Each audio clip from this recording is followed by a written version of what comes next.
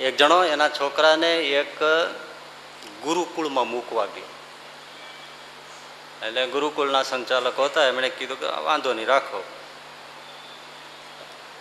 તો બાપાએ શું કીધું, એના ફાધરે, છોકરાના બાપાએ, કે આ મારો છોકરો સાચવો, એમાં છે ને 98 ગુણ છે અને 2 દુર્ગુણ છે.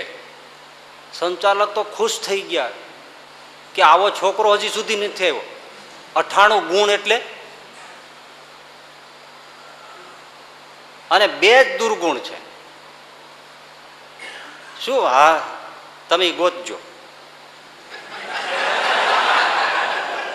આપણામાં તો 2-5 સદગુણ હોય ને 95-98 દુર્ગુણ હોય.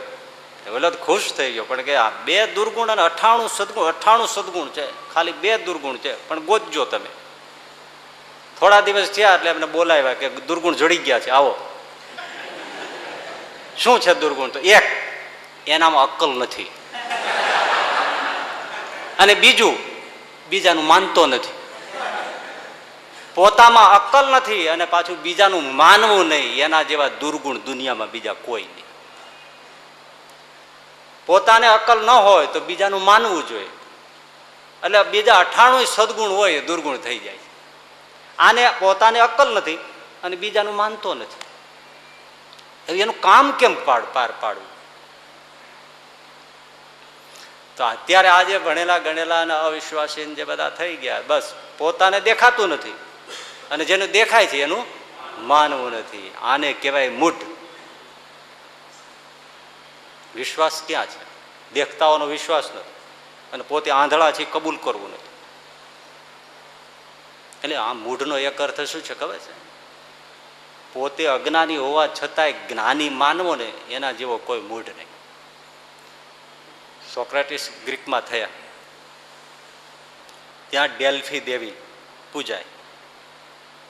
એ સોક્રેટિસના જમાનામાં આવું હશે કે દેવીને કોઈ પ્રશ્ન પૂછે તો દેવી એના પૂજારી મારફતે એના જવાબો આપે. સમજો ને આપણે માતાજીને ભુવા જેવું. બસ આ એ દેશનું હોય, વાતો વિદ્વાનની હોય એટલે બધા હાયા પાડે. હવે અહીંયા આપણે ઘરે ઘરે નાકે નાકે એવા બેઠા જ દેવી દ્વારા બેઠા. અહીં ડેલ્ફી દેવી તો કેટલી છે, વાતમાંથી નીકળે છે. ત્યાં એક જ હશે. એટલે પૂજારી મારફતે જવાબ આપે. એમાં બધા લોકો ભેળા થયા અને પછી પૂછ્યું દેવીને કે અત્યારે ગ્રીકમાં જ્ઞાનીમાં જ્ઞાની પુરુષ કોણ છે? એટલે ડેલ્ફી દેવીએ પૂજારી મારફતે કહ્યું કે સોક્રેટિસ અત્યારે જ્ઞાનીમાં જ્ઞાની પુરુષ છે. જવાબ સાચો આપ્યો. એટલે લોકો તો તરત સોક્રેટિસ પાસે ગયા, આદર આપવા માંડ્યા, પ્રણામ કરવા માંડ્યા. સોક્રેટિસ કે ભાઈ શું છે? તો કે તમે જ્ઞાની પુરુષ છો એટલે અમે તમારી પાસે આવ્યા છે. સોક્રેટિસ કે તમને કોણે કીધું હું જ્ઞાની છું? હું સાવ અજ્ઞાની છું. મારા જેવો ગ્રીકમાં કોઈ અજ્ઞાની નથી. લ્યો બોલો, તમને જેને કીધું હોય તે ખોટું છે. મારા જેવો અજ્ઞાની કોઈ નથી, એ હું કહું છું. મારું હું જાણતો હોઉં ને, એટલે મને કોઈ જ્ઞાની કહેતું હોય તે બિલકુલ ખોટું છે, એનો ભ્રમ છે. મારા જેવો અજ્ઞાની કોઈ નથી. વાત જ છોડી નહીં, હું અજ્ઞાની છું, મારા જેવો કોઈ ગ્રીકમાં નથી. અને તમને જેણે કીધું હોય તેણે કે હું જ્ઞાની છું, એ વાત સદંતર ખોટી છે. હું અજ્ઞાની છું અને મારા અજ્ઞાનને હું જ કહું છું. આ લોકો મૂંઝાયા, ફરી પાછા આવ્યા અને પાછું ડેલ્ફી દેવીને પાછી પ્રાર્થના કરીને કહ્યું કે સોક્રેટિસ તો એમ કે છે કે મારા જેવો કોઈ અજ્ઞાની નથી. એટલે દેવીએ જે જવાબ આપ્યો ને એ તાજુબનો આપ્યો કે એ જ અજ્ઞાની પોતાને માને છે, પોતાના અજ્ઞાનને બરાબર સમજે છે, માટે એ શ્રેષ્ઠમાં શ્રેષ્ઠ જ્ઞાની છે. એના અજ્ઞાનને બરાબર જાણે છે એટલે એ શ્રેષ્ઠ જ્ઞાની છે. શું વાત છે ભાઈ! તમે આમ રૂવાડા ઊભા થઈ જાય એવી.